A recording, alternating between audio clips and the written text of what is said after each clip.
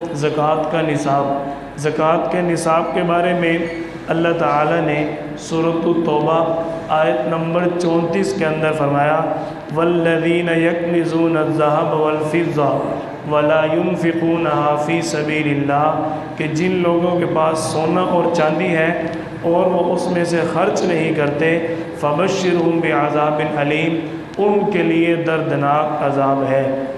अल्लाह ताला ने सोना और चांदी की बात फरमाई।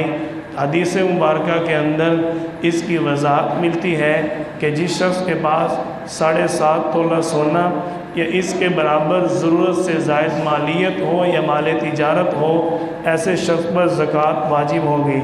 दूसरी चीज़ 52.5 तोला चांदी या इसके बराबर मालियत ज़रूरत से ज़ायद या माल तिजारत हो, इस सूरत में भी ऐसे शख्स पर ज़कात अदा करना वाजिब होगा।